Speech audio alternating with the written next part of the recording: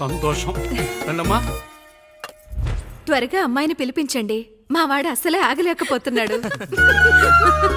మా వాడు చిన్నప్పటి నుంచి అంతేనండి. కక్కొచ్చినా ఏమొచ్చినా ఆపుకోలేడు. త్వరగా మీ అమ్మాయిని పిలిపిస్తే ఆ కళ్యాణం ఏదో చేసేద్దాం.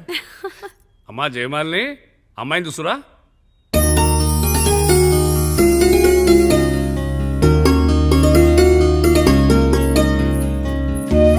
కూర్చోమ్మా.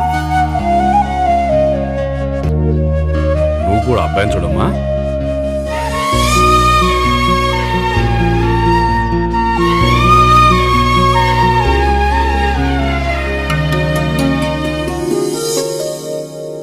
అమ్మాయిని చెప్పుకోవడం కాదు కానీ అసలు ఈ కాలపిల్ల కాదు బావగారు. రాత్రంతా బయట తిరిగినా కోడి కుయ్యకు ముందు ఇంటికి వచ్చేస్తుందండి. మళ్ళా ఊరంతా నిద్రలేగిస్తే తప్పుగా అనుకుంటారు కదా. తను తిరిగే స్నేహితుల్లో పచ్చి తాగుబోతులు తిరుగుబోతులు ఉన్నారు. కానీ ఆ విషయాన్ని తన మనసులోనే పెట్టుకుంటుంది కానీ స్నేహితుల గురించి ఎప్పుడూ చెడుగా చెప్పింది లేదు బావగారు. దీని చిన్నప్పుడే నా భార్య కారు డ్రైవర్తో కలిసి పక్క సందులోనే కూరగాయల మార్కెట్కి వెళ్ళి తప్పిపోయారు. అప్పటి నుంచి ఎంత వెతికించినా మా డ్రైవరు కనపడలేదు, నా భార్య దొరకలేదు.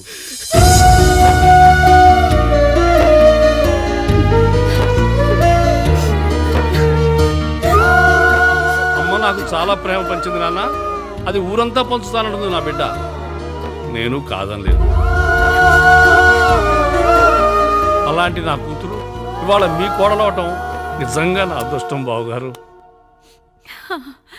ఈ రోజు నుంచి మీ అమ్మాయి మా ఇంటి బిడ్డ. అమ్మాయి నచ్చిందా బాబు? నచ్చిందా?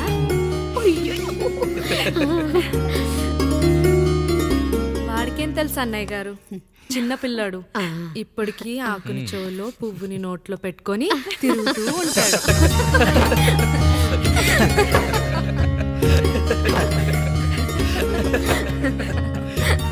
ఇంకంత శుభం అన్నమాట. ఇక తాంబూలాలవి మార్చుకుందాం. ఒక నిమిషం ఆగి, నేను చెప్పేది ఒకసారి నా మాట నేను ఒక్క క్షణం కూడా ఉండను. ప్లీజ్. అమ్మా శారదా, పెద్దవాళ్ళు వచ్చారమ్మా, మనల్ని చూస్తున్నారు. అమ్మాయికి పెళ్లి చూపురమ్మా. ఈ టైంలో నువ్వు ఇలా అలర్ట్ చేస్తే దాని జీవితం నాశనం అవుతుంది తల్లి. లోపలికి వెళ్ళు, తాత మాట్లాడదాం. ఇక్కడ మీ కోడలు కాపురం కాలిపోతుంటే మీరు ఆ మంటల్లో మీ కూతురు పెళ్లికి కాఫీలు పెట్టిస్తున్నారా? ఈ ఇంట్లో నేను ఇంకొక క్షణం కూడా ఉండను. ఒక్క నిమిషం తల్లి, అసలు ఏం జరిగిందో నాకు చెప్పమ్మా. ఈయన మంచోడని 6 నెలల క్రితం నాకు పెళ్లి చేశారు. మొదట్లో బాగానే ఉన్నాడు. ఆ తర్వాత ఒక రోజు మందు కొట్టాడు. కొని తాగింది దిగాక మంచోడుగా ఉంటాడు అనుకుంటే ఈ మధ్య చెడు తిరుగుళ్ళు తిరుగుతున్నాడు. ఊరవతల చిన్నులు కూడా పెట్టేశాడు. మీరే చెప్పండి రాయుడు గారు, ఈ ఇంట్లో నేను ఉండాలా, వెళ్ళిపోవాలా, ఈయన్ని వదిలేయాలా, అక్కర్లేదా? వదిలేయాలమ్మా. వదిలేయాల్సింది నీ భర్తను కాదు, అతనిలోని లోపాలు. ఆశ్చర్యపోతున్నావు కదూ? ఒక మగాడి బాధ సాటి మగాడిగా నేను చెప్తానమ్మా. ఆడదాని ప్రేమ వెలిగించిన అగరొత్తి లాంటిది. ఒకడు వెలిగించగానే కొన్ని గంటల్లో బూడిదైపోతుంది. కానీ మగాడి ప్రేమ దీపం లాంటిది. తను కాలుతూ కూడా నలుగురిని వెలిగించుకుంటాడు. ఆ వెలుగులో ఆనందాన్ని వెతుక్కుంటాడు. చూడమ్మా శారద, నువ్వు కాకిలోని నలుపును చూస్తున్నావు, నేను దాని రెట్టలో తెలుపును చూస్తున్నాను. మొగడు మందు కొట్టొస్తే నిన్ను కొట్టలేదని సంతోషపడాలి గాని బాధపడకూడదమ్మా. ఇక చిన్నిల్లు సంగతి అంటావా? రుచిగా ఉందని లొట్టలేసుకుంటూ సగం తిన్న బిర్యానీలో కుక్క మూతి పెట్టిందని తెలిసాక దాన్ని పారేసుకుని ఆకలిని చంపుకోవడం కంటే నాకింది మనింటి కుక్కే కదా దాని మూతిపళ్ళు రాలగొట్టి ఇంట్లో కట్టేయాలి. నీ భర్త కూడా అలాంటి కుక్కలాంటి వాడేనమ్మా.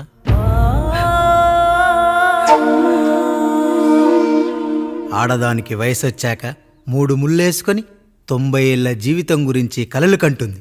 అదే మగాడు 3 ముక్కలాడి 90 ml మందేయాలని కలలు కంటాడు. హౌస్లోనికి హౌస్ కీపింగ్కి తేడా తెలియని అమాయకపు జాతమ్మా మా మగజాతి. పండగ పూట తినే పాయసం రుచి గురించి మీకు తెలిసి ఉండొచ్చు.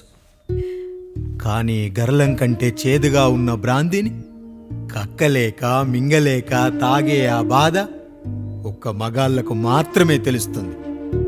కష్టాల్లో ఓదార్చిన మందును సుఖాల్లో మర్చిపోకూడదని తాగడమే కాని మాకు మాత్రం తాగాలని ఆశుంటుందా తల్లి? చివరిగా ఒక్క మాట, కష్టాలు పొంగల్లో మిరియాల్లా మనకే వస్తాయి, కానీ సంతోషాలు ఉప్మాలో జీడిపప్పులా పక్కనోడుతూ ఉంటాయి. ఎదుటివాడి ఉప్మాలో కూడా పనికిరాని కరివేపాకుంటుందని సర్దుకుపోవడమే జీవితమమ్మా. రాయుడు గారు, నన్ను క్షమించండి. రాయుడు గారు, నన్ను క్షమించండి. నా తప్పు నేను తెలుసుకున్నాను. ఈ రోజు నా ఇద్దరి బిడ్డల జీవితాన్ని కాపాడారు రాయుడు గారు. ఈ శుభ కార్యక్రమాన్ని కూడా మీరే జరిపించండి. తప్పకుండా.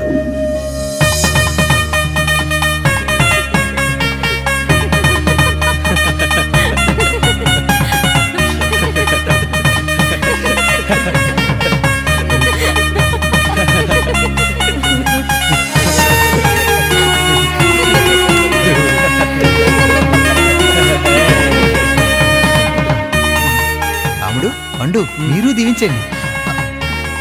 మేము దీవించండి.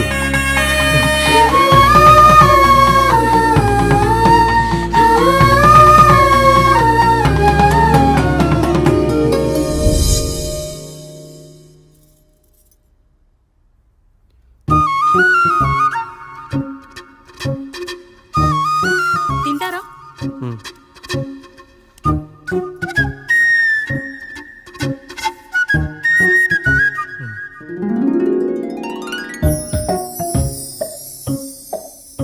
ఫస్ట్ టైమా? అవును, మీకెలా తెలిసిపోయిందండి? అంటే మా బామ్మ చెప్పింది. శోభనం గదిలో అనుభవం ఉన్న మగాడైతే మామిడి పండు పిసుక్కొని తింటాడు, అదే లేనివాడైతే మీలా ఇలా అరటిపండు ఓపిగ్గా ఒలుచుకొని తింటాడు అని.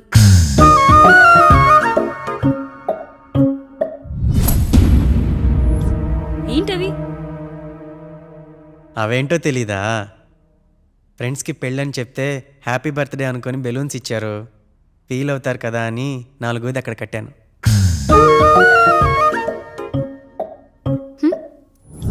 అన్నీ వచ్చాడు.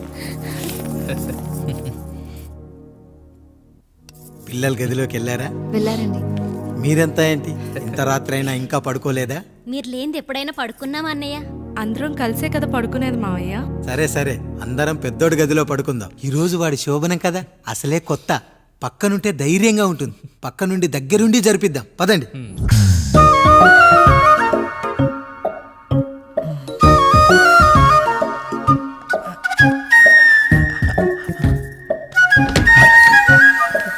కానివ్వండి రా, కానివ్వండి కానివ్వండి.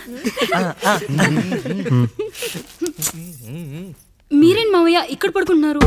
అదేంటమ్మా పెద్దోడా, చెప్పలేదా? మేమంతా కలిసే పడుకుంటామమ్మా. నువ్వు మాతో పాటే. అవును భార్గవి. మీరు ఊరుకోండి. మీరు ఇక్కడ పడుకోవడం నాకు ఇష్టం లేదు మావయ్య.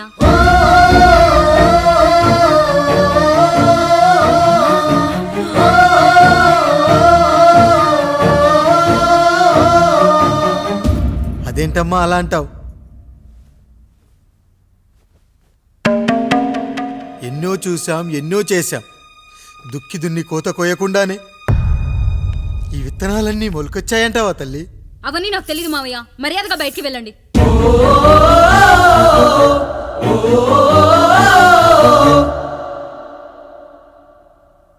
కనీసం ఆ మూలనైనా పడుకుంటామమ్మా. నువ్వైనా చెప్పరా పెద్దోడా? అంటే తను ఇబ్బంది పడుతుంది కదా నాన్న.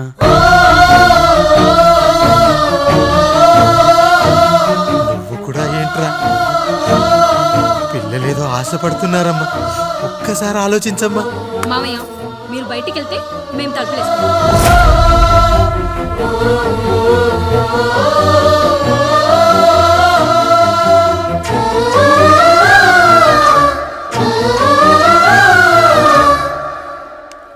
వేసుకోండి అమ్మా, వేసుకోండి. తలుపులు వేసుకోండి.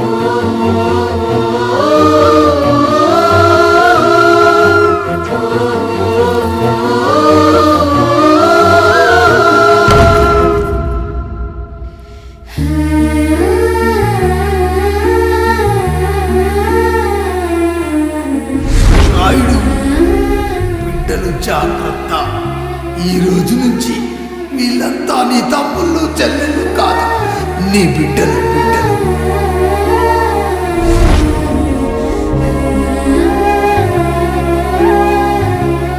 జానకి, ఏమండి సావిత్రి, ఏమండి లక్ష్మి, ఏమండి మన గదిలోకి పదండి. ఇక నుంచి ఎవరి పిల్లలతో వాళ్ళ గదిలోనే పడుకోవాలి. ఇది ఈ రోజు నుంచి ఈ వంశానికి రాస్తున్న కొత్త శాసనం. అయ్యా అలా అనకండి అయ్యా, మీరు లేకుండా మేము ఎప్పుడైనా విడిగా పడుకున్నాం. అంతా కలిసే కదయ్యా పంచుకున్నాం. వెళ్ళరా వెళ్ళు, నీకు భార్య ఉంది, నీకు పడగది ఉంది. వేసుకోండి రా, మీరు వేసుకోండి, తలుపులు వేసుకోండి. మీరు కూడా ఏంటండి పిల్లలేదో నర్మయ్, చిన్న పిల్లల వాళ్ళని ఉయ్యాల్లో ఆడించేటప్పుడు పక్కనే ఈ నాన్న కావాలి, బడికెళ్ళేటప్పుడు పక్కనే ఈ నాన్న కావాలి, గుడికెళ్ళేటప్పుడు కూడా పక్కనే ఈ నాన్న కావాలి. కానీ శోభనం గదిలో మాత్రం పక్కనే ఉంటానంటే బరువయ్యాను జానకి, బరువయ్యాను.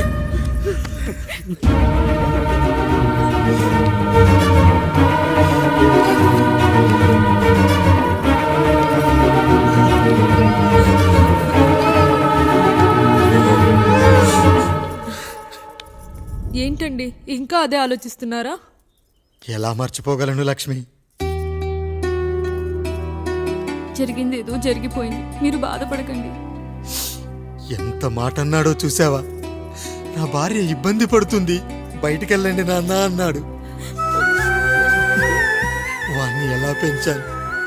చదువుకుంటే పై చదువులకు వాడు వేరే ఊరు వెళ్లాల్సి వస్తుందని చదివే మాన్పించేశాను. జ్వరం వస్తే ఆ మాత్రలు చేదుగా ఉంటాయని నేనే మింగాను. నోరు తెరిచి అమ్మ కావాలన్నప్పుడల్లా ఎంతమంది అమ్మల్ని ఇచ్చాను. నాన్న అన్న ప్రతిసారి నాన్నల్ని ఇవ్వలేకపోయానని వాడికి నా మీద కోపమో ఏమో జానకి. నిజమేనండి, మనమంతా ఇలా లేమే. మన కుటుంబానికి దిష్టి తగిలింది.